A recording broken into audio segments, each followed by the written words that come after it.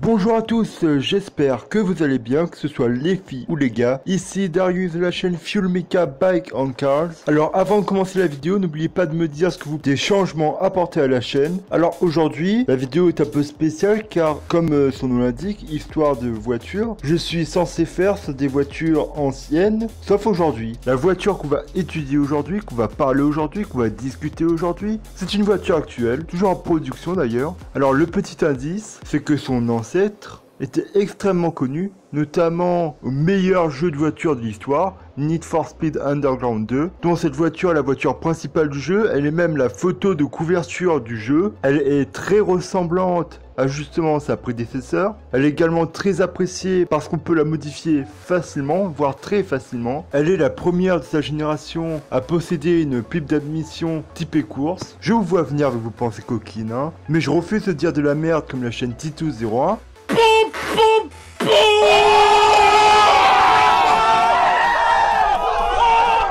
Notamment parce qu'il y a des enfants qui regardent cette vidéo.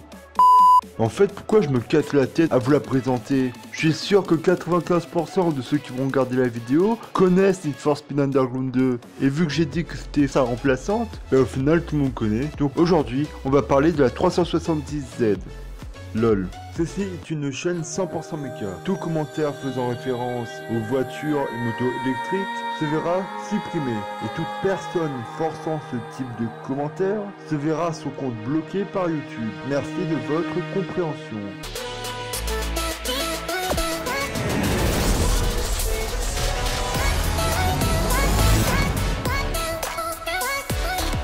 Histoire. Alors la 370Z, elle est la remplaçante de la 350Z, voiture qui comme je l'ai dit précédemment a été extrêmement connue via le jeu Need for Speed Underground 2. Donc cette 370Z a été présentée en tant que prototype au salon de Los Angeles en novembre 2008 et elle a été commercialisée début 2009 aux États-Unis puis en printemps 2009 en Europe. Ses principales concurrentes sont les BMW Z4 ainsi que la Porsche Cayman. La 370Z récupérait le châssis de sa prédécesseur, la 350Z, mais celle-ci a été raccourcie, notamment pour améliorer la maniabilité du véhicule sur les routes. Elle est également moins haute, la seule différence est qu'elle est légèrement plus large. Tous les constructeurs ont été choqués puisque Nissan a tout simplement cassé les codes. Tout simplement, les constructeurs ont tendance de génération en génération à faire grossir la voiture à un point où les petites voitures deviennent carrément des paquebots. Hashtag mini. Alors au niveau de la carrosserie, pas grand chose. Elle ressemble extrêmement à la 350Z, à la différence de ses feux avant et arrière qui possèdent des coupes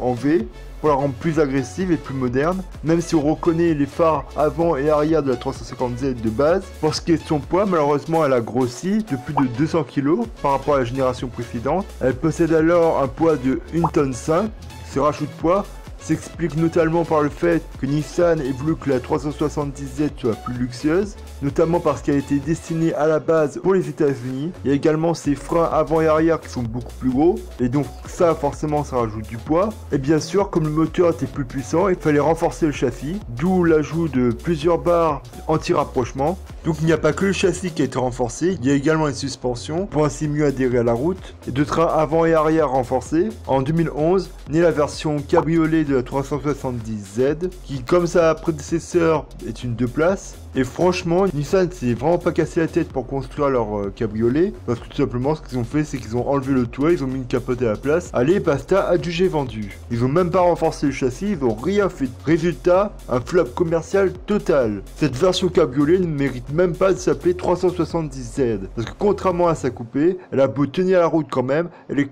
beaucoup moins confortable et beaucoup moins agile que sa version coupée, qui est largement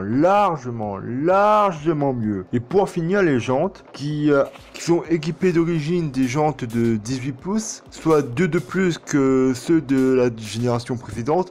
Oui, je sais, je dis plein de fois les mots génération précédente et 350Z, mais j'ai pas d'autre moyen de comparer ça, donc j'ai pas le choix, désolé d'avance. Et comme je l'ai dit, elle possède d'origine des roues de 18 pouces, mais avec une option qui coûtait que 1000 €, on pouvait rajouter des jantes de 19 pouces équipées de pneus Bridgestone. En général, les gens choisissaient cette option principalement pour rouler sur circuit. Le moteur.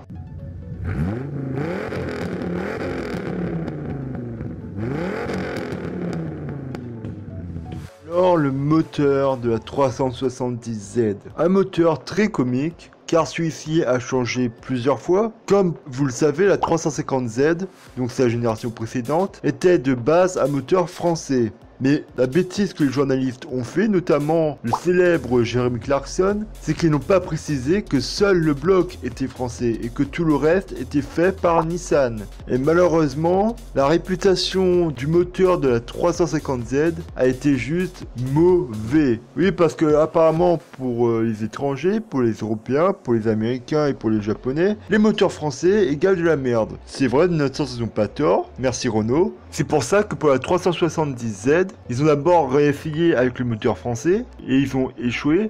C'est pour ça qu'en cours de route, ils ont décidé de refaire entièrement le moteur. Donc le nom de la 370Z avait été choisi par rapport à ce moteur. Parce que comme son nom l'indique, elle est équipée d'un moteur V6 de 3,7 litres de cylindrée qui développait 331 chevaux. Sa vitesse maximum était encore une fois limitée électroniquement, merci les limites de vitesse, à 250 km/h. Le nouveau bloc s'appelle le VQ37 VHR.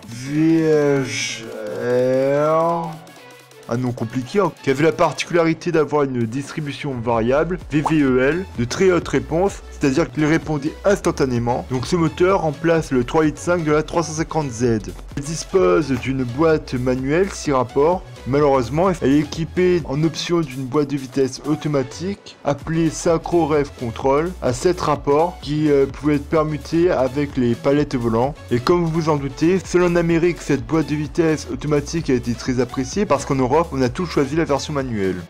D'après les premiers essayeurs du magazine Evo, la voiture était plus précise et plus incisive que le modèle précédent, tout en conservant le léger creux à bas régime du moteur. La voiture, forcément, elle gagne en tenue de route, malgré ses 100 à 200 kg supplémentaires. Et pour ce qui est des performances, à cause de son poids supplémentaire, les 19 chevaux se font à peine ressentir, puisque le 0 à 100 de la 350Z et le 0 à 100 de la 370Z sont la même, à 0,1 seconde près. Malheureusement, c'est la fin de la vidéo. Donc comme d'habitude, si vous avez apprécié, n'oubliez pas de liker, de commenter, de partager, ça me ferait extrêmement plaisir. Comme d'habitude, je voudrais que vous me disiez dans les commentaires quel modèle vous préférez entre la 350Z et la 370Z. Ça me ferait extrêmement plaisir de savoir vos avis. Et dites-moi dans les commentaires, je sais que je l'ai dit au début, mais je le redis encore. Dites-moi dans les commentaires ce que vous pensez des diverses modifications de la chaîne, que ce soit les spectres audio, l'intro, le ending, et ainsi de suite. Bonne soirée, bonne journée, sauvons les 100% méca, et à plus pour de prochaines vidéos.